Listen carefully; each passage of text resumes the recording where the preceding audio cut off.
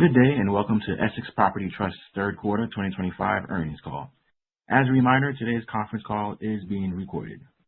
Statements made on this conference call regarding expected operating results and other future events are forward-looking statements that involve risks and uncertainties. Forward-looking statements are made based on current expectations, assumptions, and beliefs, as well as information available to the company at this time. A number of factors could cause actual results to differ materially from those anticipated. Further information about these risks can be found on the company's filings with the SEC. It is now my pleasure to introduce your host, Ms. Angela Kleiman, President and Chief Executive Officer for Essex Property Trust. Thank you, Ms. Kleiman. You may begin. Welcome to Essex third quarter earnings call. Barb Pack will follow with prepared remarks, and Rylan Burns is here for Q&A. We are pleased to report solid results for the third quarter, highlighted by a 3-cent FFO outperformance and an increase to our core FFO full-year guidance. Today, I will cover key takeaways from the quarter, a high-level outlook for 2026, and provide an update on the transaction markets. Starting with operations, our portfolio performed well amid a backdrop of muted job growth across the U.S. and heightened policy uncertainty. Year-to-date through the third quarter, we generated a blended lease rate growth of 3% on all leases and 2.7% on like-term leases. This is a proven example of the competitive advantage of our low-supply markets. As expected, Northern California is our best-performing region, and the fundamental backdrop remains favorable, with forward-looking supply continuing to decline, comparable to a level in the years following the Great Financial Crisis. Within the Bay Area, San Francisco and Santa Clara counties are generating the highest rent growth year-to-date, reflecting attractive rent-to-income ratios, demand benefiting from AI-related startups, and above-historical average migration trends. Our Seattle region remains healthy, but is trending at the low end of our full-year expectations, driven by a combination of challenging year-over-year comparison, soft demand, and pockets of supply temporarily limiting pricing power in certain submarkets. Finally, on Southern California, this region is generally performing in line with our expectations. As we have discussed, Los Angeles has lagged, primarily attributed to delinquency recovering, muted job conditions similar to the U.S., and pockets of supply on the west side and downtown LA.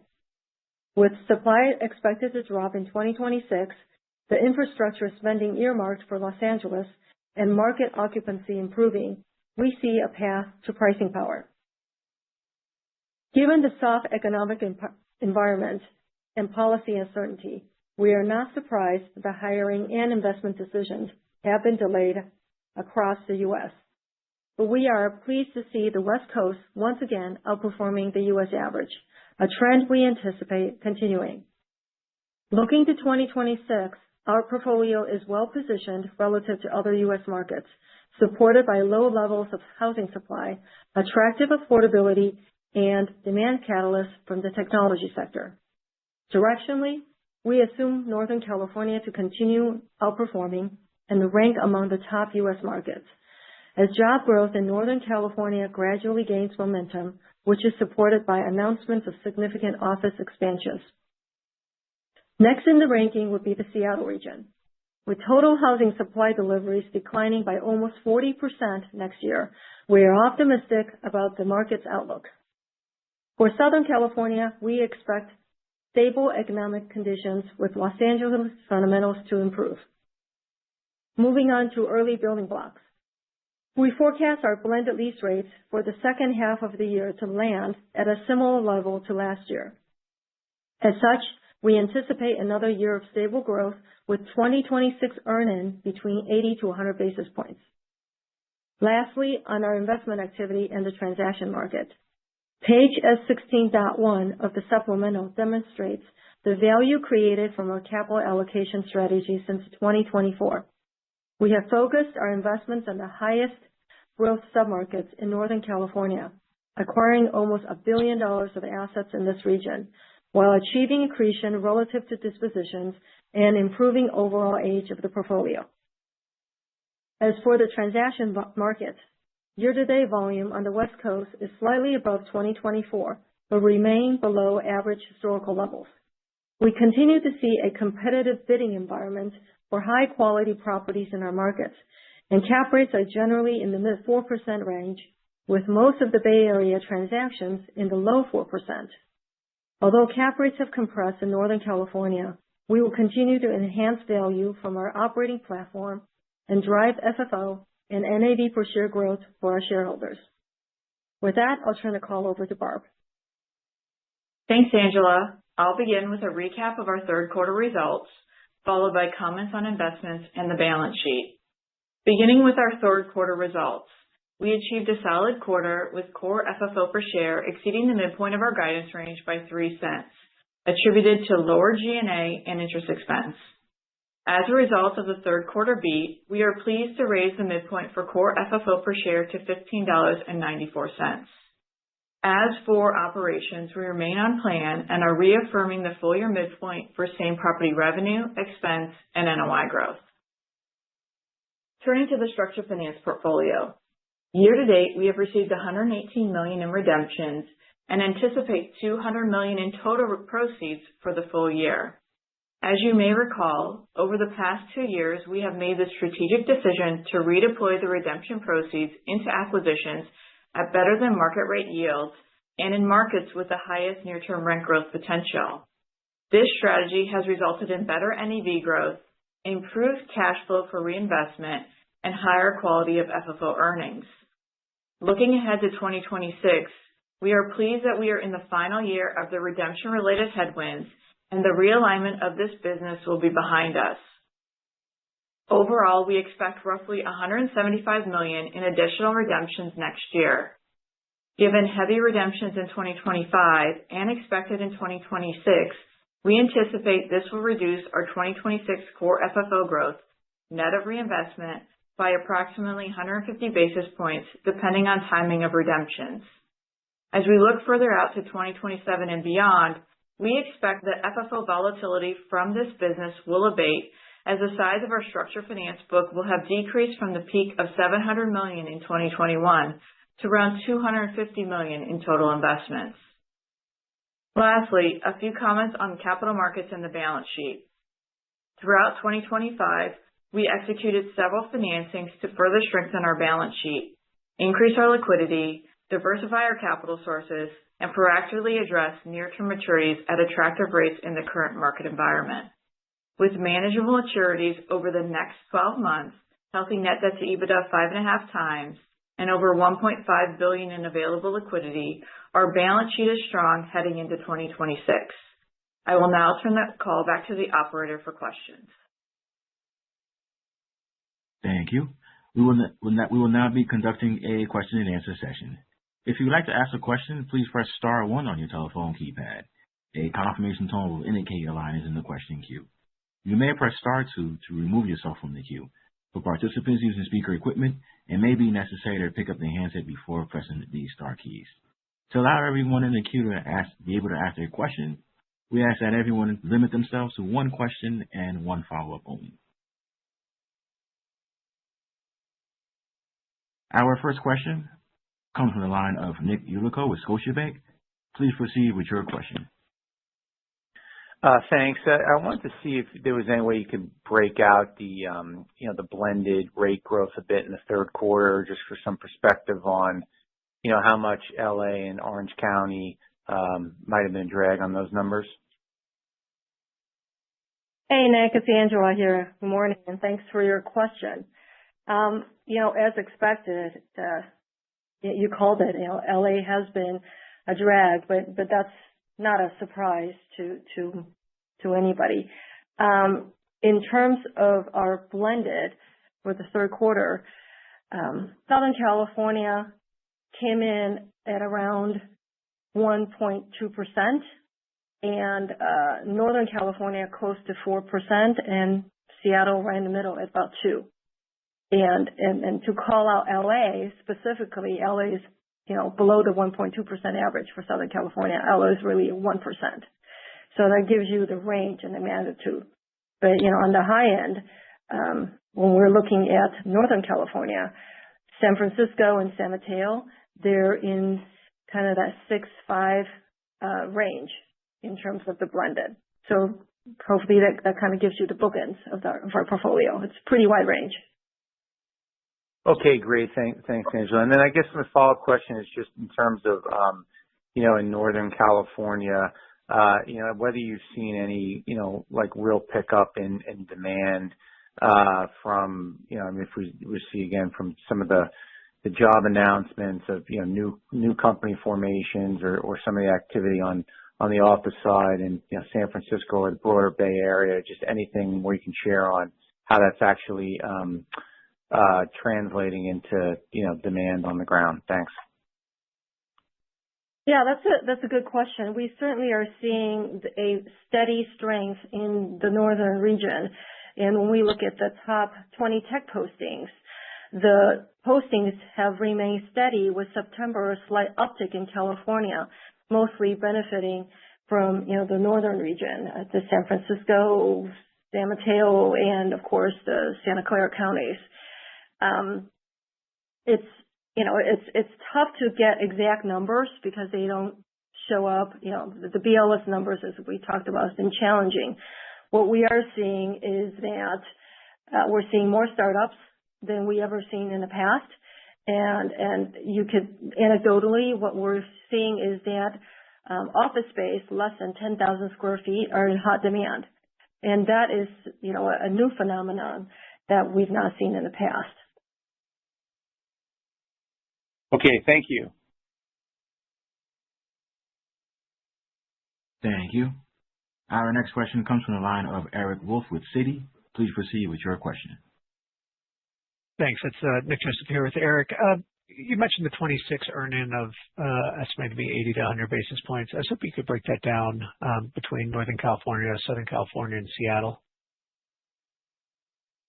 Hey, Nick. I don't have the exact breakdown in front of me. I will just point to that we, of course, we're assuming that Northern California will lead and Southern California will rank, third in terms of the major three regions with Seattle in the middle. But I think a helpful data point could be that if you look at our blended lease rates in the third quarter, it's comparable to what we achieved last year, a little bit lower than what we achieved last year. However, what we're seeing in the fourth quarter is we're on track for fourth quarter to do better than last year. So year over year for the second half, we're assuming that we're going to land in the same zone, somewhere in the low 2%, and that gives us the 80 to 100 basis points earn-in. Thanks. Appreciate that. And then just on the preferred book, I think you said 150 basis points headwind. What's the sensitivity around the timing of the potential redemptions for next year? Hi, Nick. It's Barb. There's a couple that are, maturing in the first quarter, and if they may need an extension for a month or two, that's really the sensitivity that I'm talking about. But the maturities are very much in the first half of the year, and so that what we've guided to and what I provided was assuming that they're fully redeemed at maturity. If they get extended, it might be a little bit lower. Got it. Thank you. Thank you.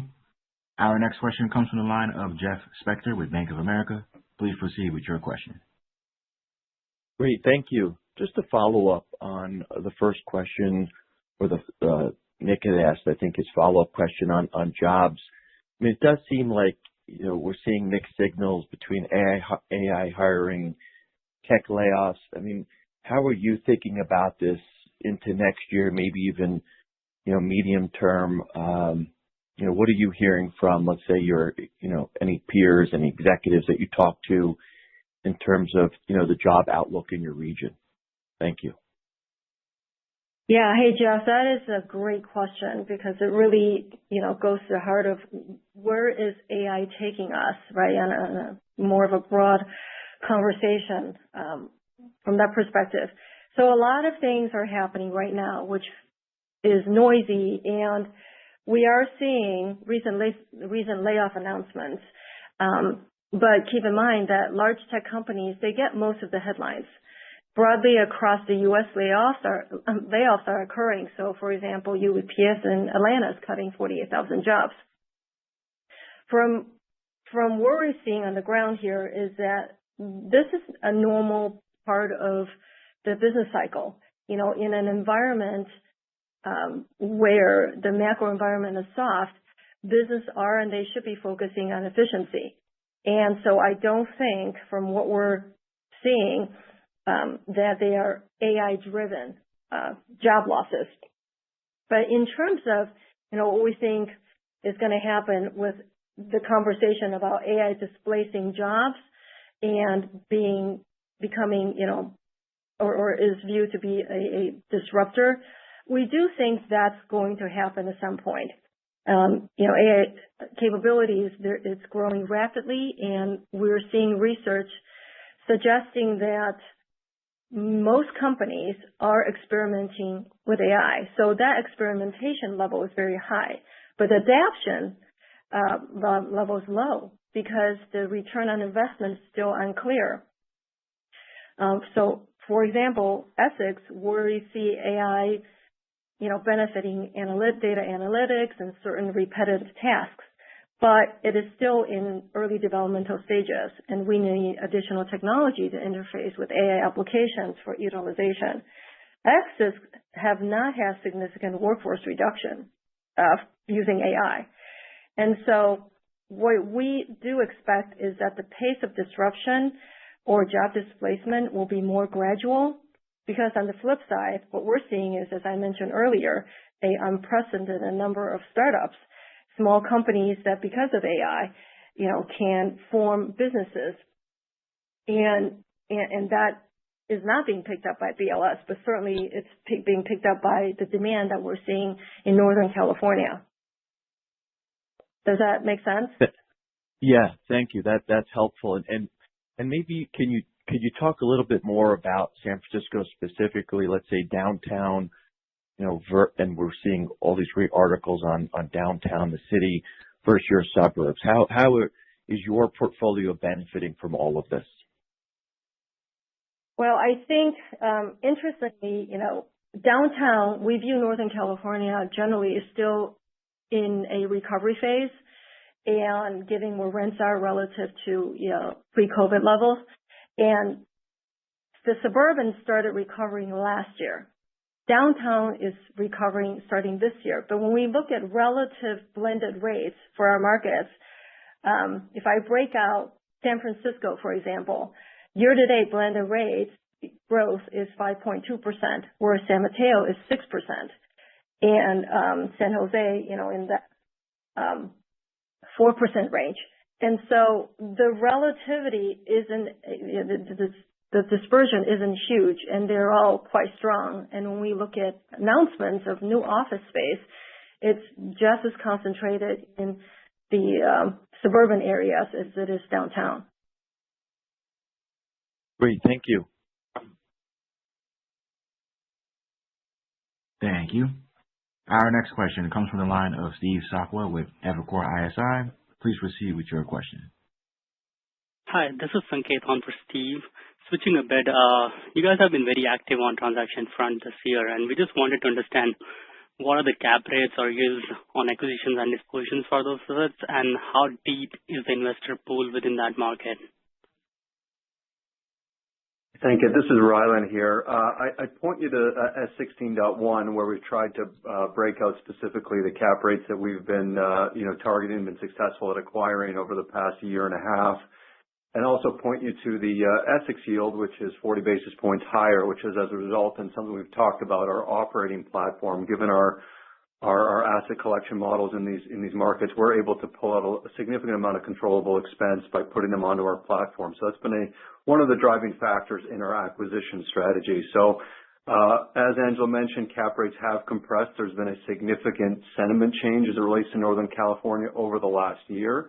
I'd say we've been relatively early and been able to acquire significant, almost $1 billion of assets in these submarkets at that 4.8 market rate and a 5.2 yield to Essex. So we're pleased with what we've accomplished, and we're hoping to continue. And as a follow-up to that, like, are you guys evaluating share repurchases given where the stock price has been, and like it's been a common theme across your peers? Hey, Sankar, that's a good question. And I think you've seen that we have a very solid track history of buying back stocks and assessing all the relative value leading to that decision. And if you look at where we are today, where we're trading today, it's much more compelling from a stock buyback perspective than it was in the third quarter. But, I do want to highlight that our transaction in the third quarter was around a 5% cap rate. And you add growth to that, it's quite compelling because stock back then was trading in kind of that low to mid 5% range. So once again, you'll see us being very disciplined in making sure that we're going to maximize the yield depending on our cost of capital and the investment instrument available to us. Makes sense. Thank you. Thank you. Our next question comes from the line of Austin Wurschmidt with KeyBanc Capital Markets. Please proceed with your question. Great. Thanks. Hello, everybody. So going back to the lease rate growth during the quarter versus the back half projections, I think was around 2.7% as of last quarter. Was Southern California lower than projected, or was it Seattle, I think, as you mentioned in the prepared remarks, that drove maybe pricing being a little bit softer than you had thought last quarter? And then just wondering if you think the Seattle softness is a kind of a temporary phenomenon or could persist into 2026. Thanks. Hey, Austin. I think you make excuse me. Sorry, I have something in my throat. Okay. It's really driven by Seattle. And what we're seeing in Seattle is that the demand has coming softer. And, we had expected that demand to moderate throughout the year, on a national level. And keep in mind, Seattle does not have the benefit of the AI startups that Northern California does. Northern California has 80% of the AI business. So Seattle is going to be, more in line with the U.S. average at the current cycle. But I do want to, know that some of the headline news like Amazon, laying off corporate employees, they have multiple locations. So it's not a Seattle specific issue. And when our team dug into the WARN notices, it's less than 10% of the layoffs is Seattle specific. So this leads us to believe that this is not a market that we're seeing red flags. It's a market that's stable. It's still performing well. Certainly it's not reaching, above average CAGR growth that we had hoped, but it's still a good market. And with next year's supply going down by almost 40%, it's going to do just fine. Appreciate the thoughts. And then just the 4% growth in blended lease rates in Northern California, coupled with some of the office leasing you've referenced across the Bay Area, do you think that the region can sustain that level of growth in 2026, or was there any specific phenomenons like back to office that maybe provided a little bit of an incremental lift that maybe is less sustainable to the extent job growth remains more muted, more of a broader comment than specific to the area? Thanks. Yeah. Hey, Austin. I think there are different, in every cycle, there are different influences that drive job growth. And currently what we're seeing in the Bay Area is really more of a recovery story. We have not begun the growth story yet. And because if you look at the, top 20 tech hiring companies, the postings, it's still kind of at and slightly below the long-term average. And so what we're seeing, that 4% forecasted is a catch-up, if you will. And this market still has a lot of legs. Appreciate the thoughts. Thank you. Thank you. Our next question comes from the line of Jamie Feldman with Wells Fargo. Please proceed with your question. Hi, thank you for taking my question. This is Connor on with Jamie. Can we talk about your fourth quarter leasing strategy? Where are you seeing renewals go out for the quarter, and if you have any insights on new lease growth quarter to date? Hey, Connor. Yeah. Our general strategy, for the third quarter at the beginning as we approach the seasonal peak is to push rents and in the Northern California and Seattle region. And then in Southern California, we toggle between rents and occupancy subject to market conditions. And as we wrap up the third quarter, we pivot to more of an occupancy or more defensive focus, especially as we saw strength early on, which of course taper off. And that's a normal seasonal cycle. In terms of the renewal growth, what we're seeing is that it's been quite sticky. So in the third quarter, we sent renewals out around mid-4, say around 4.6%. And we landed for the quarter around 4.3. So only 30 basis points of negotiations, which is quite good. Currently for November, December, we're sending renewals out around mid-5%. And so with negotiation, we probably will land at maybe high 4s. So this is, another reason that gives us conviction that fourth quarter blended rates will be better this year than last year. And in terms of what was the third question? New lease rates? Yep, Connor, what was your third question? Appreciate it. Yeah, it was on the new lease rates. Thank you. So new lease rates for October for the same store, it's pretty much flat, and that's expected, especially for this time of the season. I think a good data point I'll point you to is loss to lease, because we talked about that in the past as a good gauge of the portfolio. And where we're sitting today in October, we have a gain to lease of 1.6%.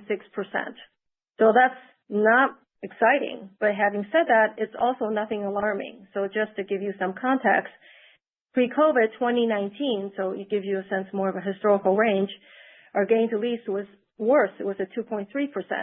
So this is so far playing out to be a normal seasonal cycle in a soft macro economy. So we're quite pleased with how the portfolio is performing. Thank you for the color. That's super helpful. And then maybe on the preferred book, it looks like there was a $21 million commitment this quarter. Is there anything we should read into that as a way to maybe selectively offset some of the redemptions going forward? Just trying to kind of think about use of proceeds here beyond acquisitions. Thanks. Hey, Connor, Rylan here. As we've said, we are not getting out of this business. This is a good business, and there are interesting opportunities where we believe we'll get a premium yield to what we can buy in the fee simple side. In general, the strategy is just to make this a more manageable size relative to our total business. But if we see good opportunities, in this case with partners that we know very well and we're really comfortable with our position in the stack, we will continue to make investments in this book. So we're not getting out of it. It's really just trying to control the size of it and just pick the best opportunities for our shareholders. Thank you. Thank you. Our next question comes from the line of Alexander Goldfarb with Piper Sandler. Please proceed with your question. Hey, I think it's still morning out there, so good morning. Just want to circle back to the debt and preferred equity book. I know, Barb, you've articulated this for a while to trim the book, given it had gotten too big as a percent of FFO. But in the current environment where acquisition yields are in the 4s, which is well inside of where your stock is trading, and the DPE you guys have a long, successful track record with and provides better returns, and you've been good at that, would you guys consider reassessing the decision to dramatically shrink it? Maybe 10% of FFO was too much, but it just seems like it's a good tool that you guys have to be competitive in a low cap rate world, and unfortunately it seems to be relegated back to the almost up to the attic, if you will. Hi, Alex. It's Barb. Rylan just made a good point that we're not getting out of the business. We're just being more selective. And given the redemptions are very heavy, it is shrinking. There's been a lot of capital raised that's chasing this business. And so yields have compressed. It's not risk adjusted like we would like. And we're not going to go and do all the deals out there just to backfill this book. And so this business will ebb and flow, and right now, based off of what we know and where the environment is, it is shrinking. But it could change over time, and it has evolved over time. So this is just where we are in the cycle today. Okay. And then, Angela, the New York mayoral election certainly has gotten a lot of buzz, but Seattle's got an interesting election coming up next week with the mayor and city attorney that are both being challenged from the progressive side. So can you just give some thoughts on how the apartments are looking at what the consequences of, if both the progressives win, what that means for apartments in Seattle, and then if you think that as a result that means, divesting more Seattle, buying more on the east side. Just want to understand better the ramifications of what folks can expect from next week. Hey, Alex. Yeah, that's a good question. And we've been, as you know, following the legislative environment as closely as possible. It is hard to predict what will happen, but this is what we know. Washington did enact rent control early this year. It was effective around May. And what was enacted was very similar to California. It was CPI plus 7%, max of 10%. So in this environment, that signals to us that this is the legislators understand the need to protect tenants from price gouging, but at the same time, they also understand that regulation, heavy regulation is going to be counterproductive. It's going to reduce housing production and community investment, which ultimately results in higher costs all around.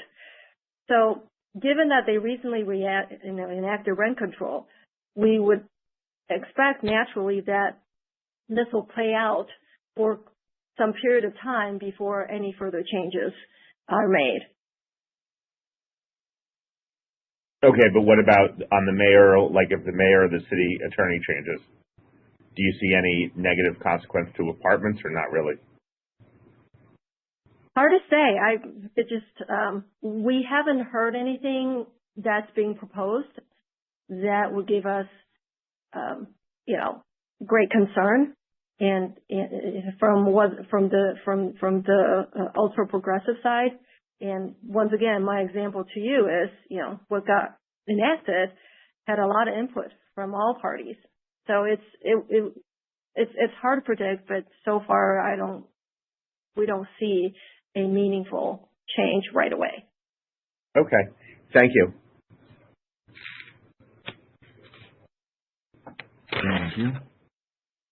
Our next question comes from the line of Adam Kramer with Morgan Stanley. Please proceed with your question. Hi, this is Derek Metzler on for Adam Kramer. Thanks for the question. I was wondering if you could share your thoughts on SB 79, and does this impact your South San Francisco development at all, or any other potential developments you might have in the pipeline? And just kind of generally, do you see an impact on future development opportunities from this, and kind of in combination with recent changes to SECA? Hey, Derek, Rylan here.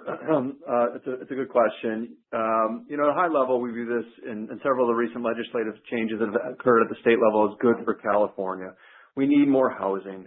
The SB 79 specifically says that if you're within a half-mile radius of a transit stop in markets where there's greater than 15 rail stations, you can establish the ability to get higher density.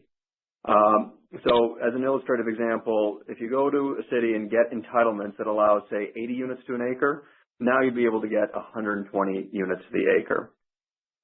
So this should be beneficial. It's not going to benefit our South San Francisco deal, as we're already through the entitlement period and under construction there.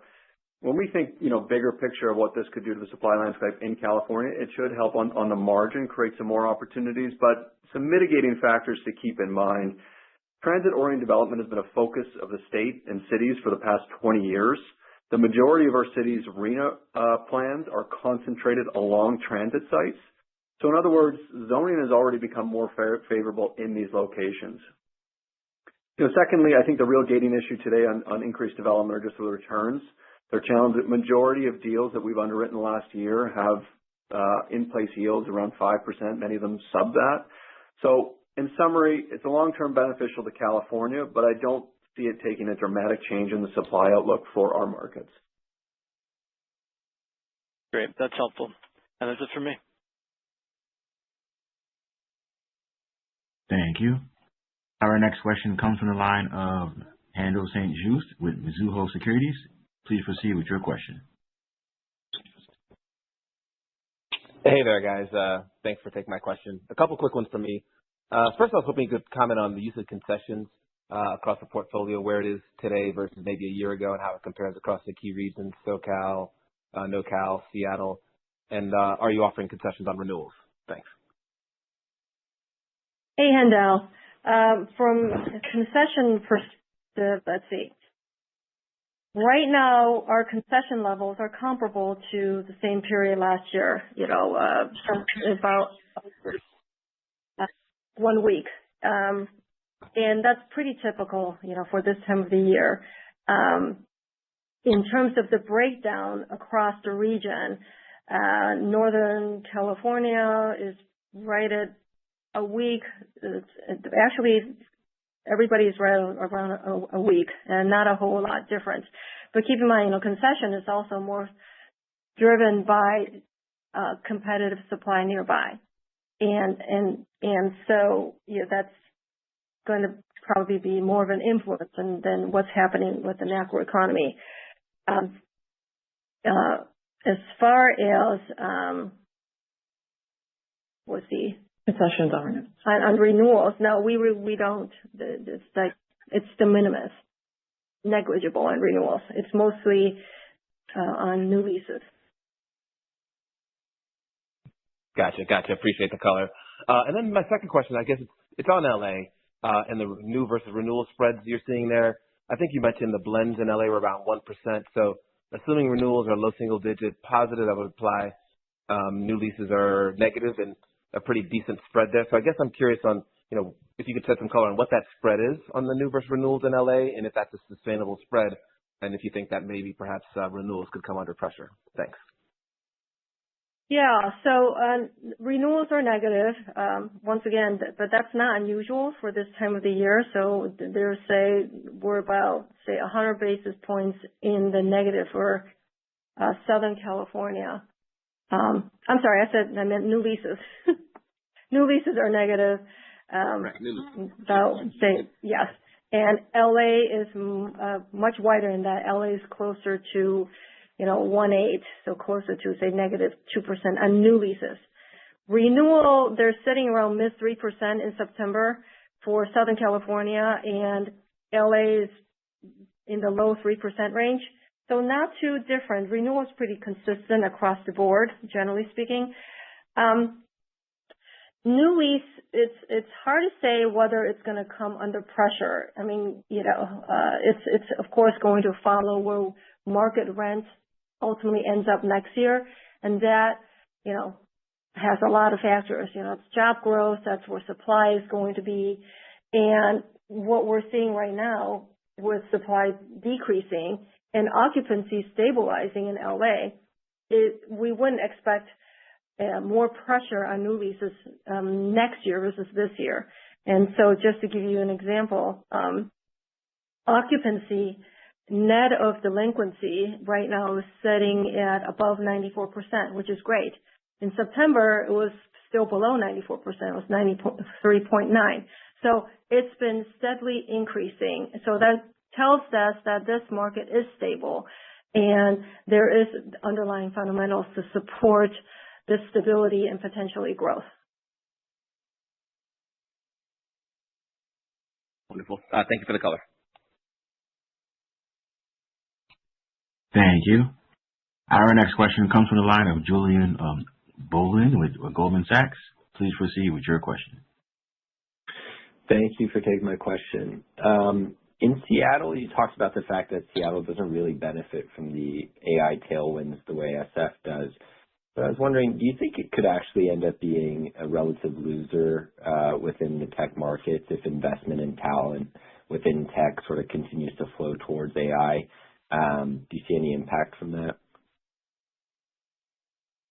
Well, I think the Seattle economy, has a good, stable group of industries anchoring it. And so I don't see that AI being ultimately a negative to not just Seattle, but any other economy, because you can make the same argument for parts of Southern California or other areas outside of California where there's AI presence.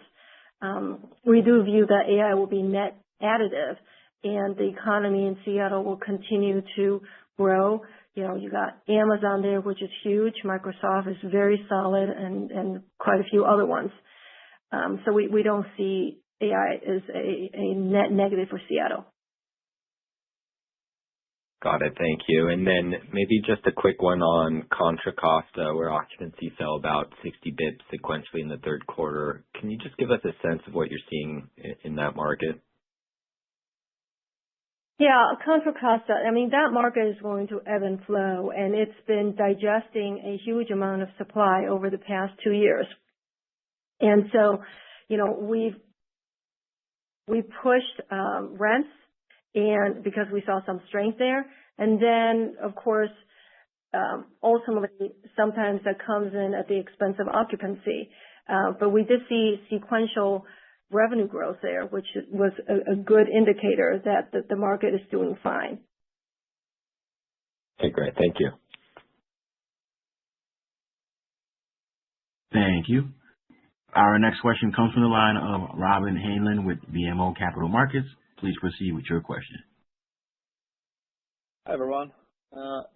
You lean into Santa Clara acquisitions as of late.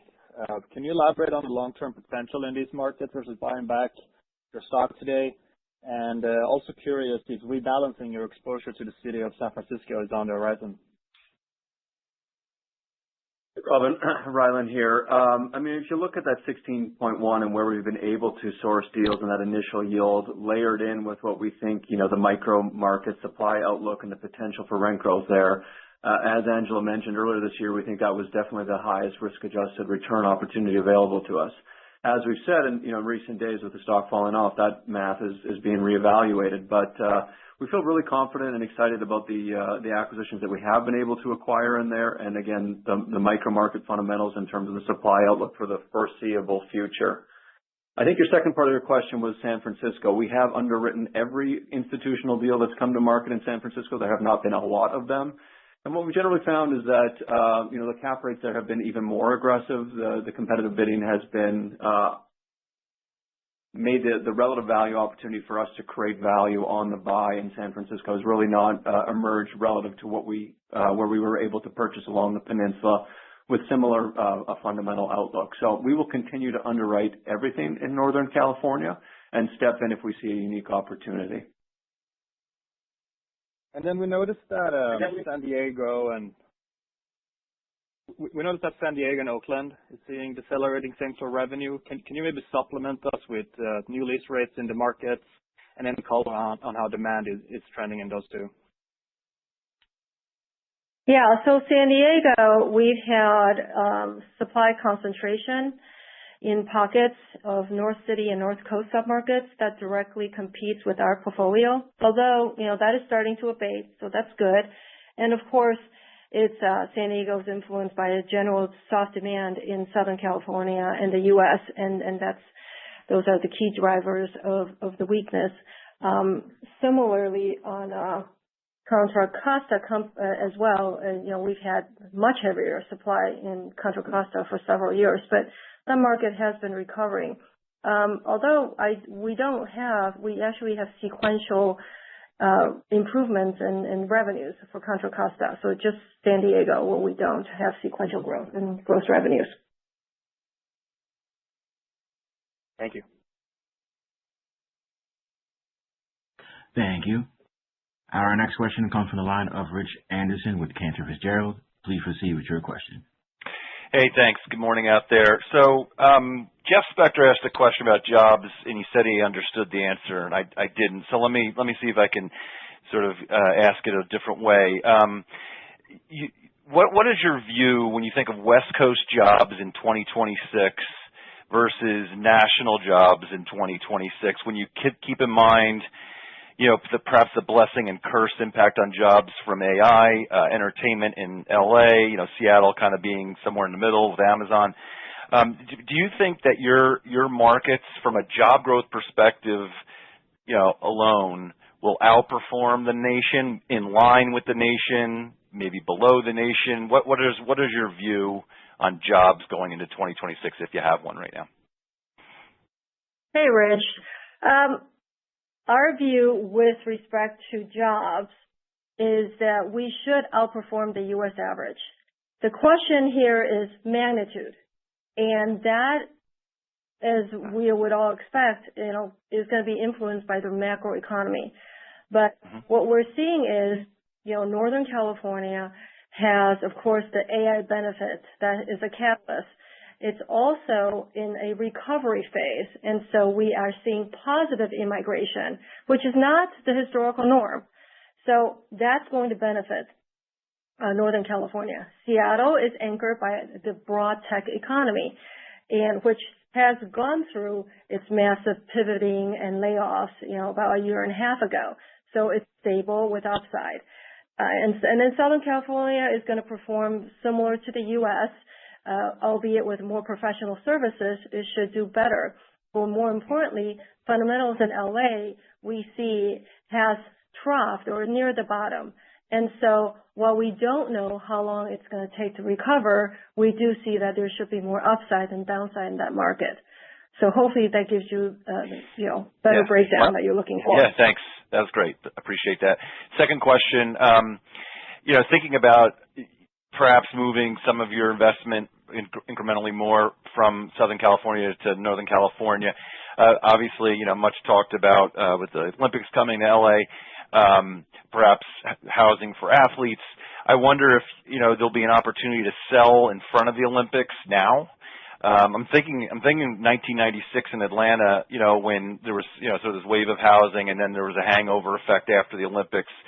That was a little disruptive. Atlanta obviously became a great market eventually, but do you want to be there for a year after the Olympics in bulk? I'm wondering if you're thinking about, your business as an option for the Olympic Committee, as a mechanism to move more product maybe a little bit quicker out of that area and into other areas of your portfolio. Thanks. Rich, Rylan here. Interesting question. As we mentioned, we are, fundamentally a little bit more positive on the LA market going into next year as the supply is coming down. And we do see some near-term catalysts as it relates to the Olympics. We do not plan to convert any of our existing leases into short-term rentals to take advantage to the extent that that was your question. That's pretty difficult to do with existing tenants hoping to stay in and be able to enjoy the Olympics and the World Cup in our units. Just speaking broadly on the transaction market, outside of downtown LA on the west side, the Tri-Cities to the north, these are still, well-bid markets with lots of transactions occurring in that 4.5, 4.75 type range. We saw a deal close last quarter, Marina Del Rey, that was a sub 4.5 cap rate. So there is still a lot of capital interest in the broader LA market, with downtown being a notable exception, as it's still challenged with operating performance. I think we'll see more transaction opportunities in downtown LA in the next year. And as we do with all of our markets, we're underwriting everything and looking to take advantage of any mispriced opportunities. Okay, great, Rylan. Appreciate that. Thanks, everyone. Thank you. And as a reminder, if anyone has any questions, you may press star 1 to join the queue. Our next question comes from the line of Linda Tsai with Jefferies. Please proceed with your question. Hi, thanks. It hasn't really come up on the call, but are you hearing of any impact on employment outlooks as it relates to the higher cost of HB1 visas going forward?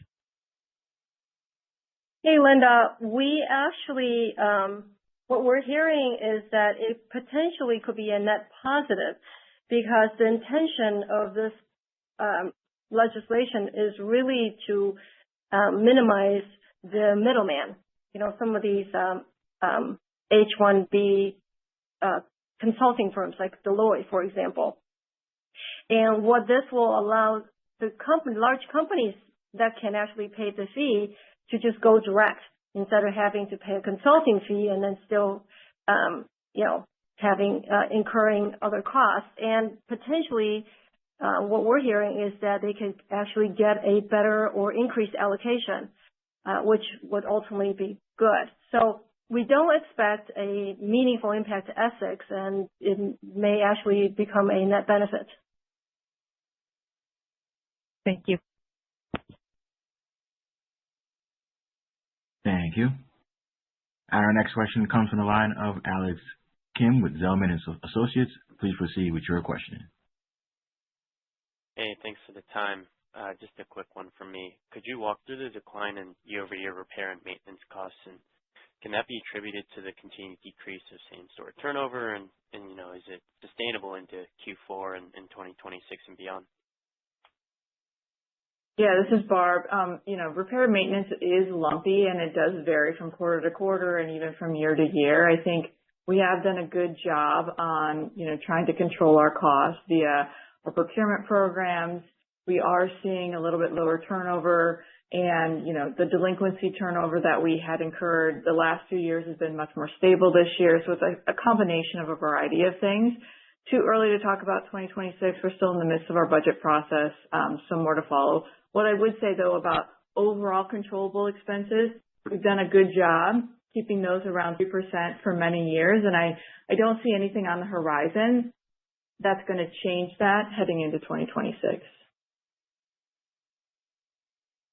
Great. Thank you.